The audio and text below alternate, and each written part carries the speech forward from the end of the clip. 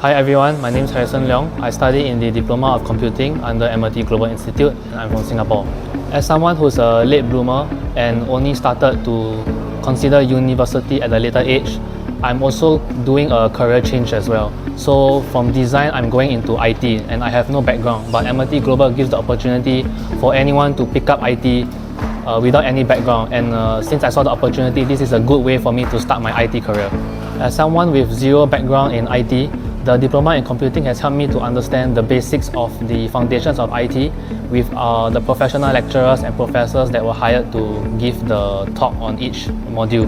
So I'm able to get a better feel of how the advanced version will be like in the next 6 months to come, and I feel that the information and material given by the professors are very useful and helpful to people who have no knowledge in IT.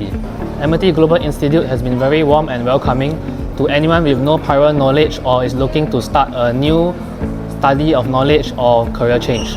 So the pathway given to me by my career guidance counselor has been very useful, and my IT journey has been good with all the materials provided by the professors and lecturers. I'm able to have a better understanding of the foundations of IT, and I feel more prepared going into the advanced diploma version in the upcoming months to come.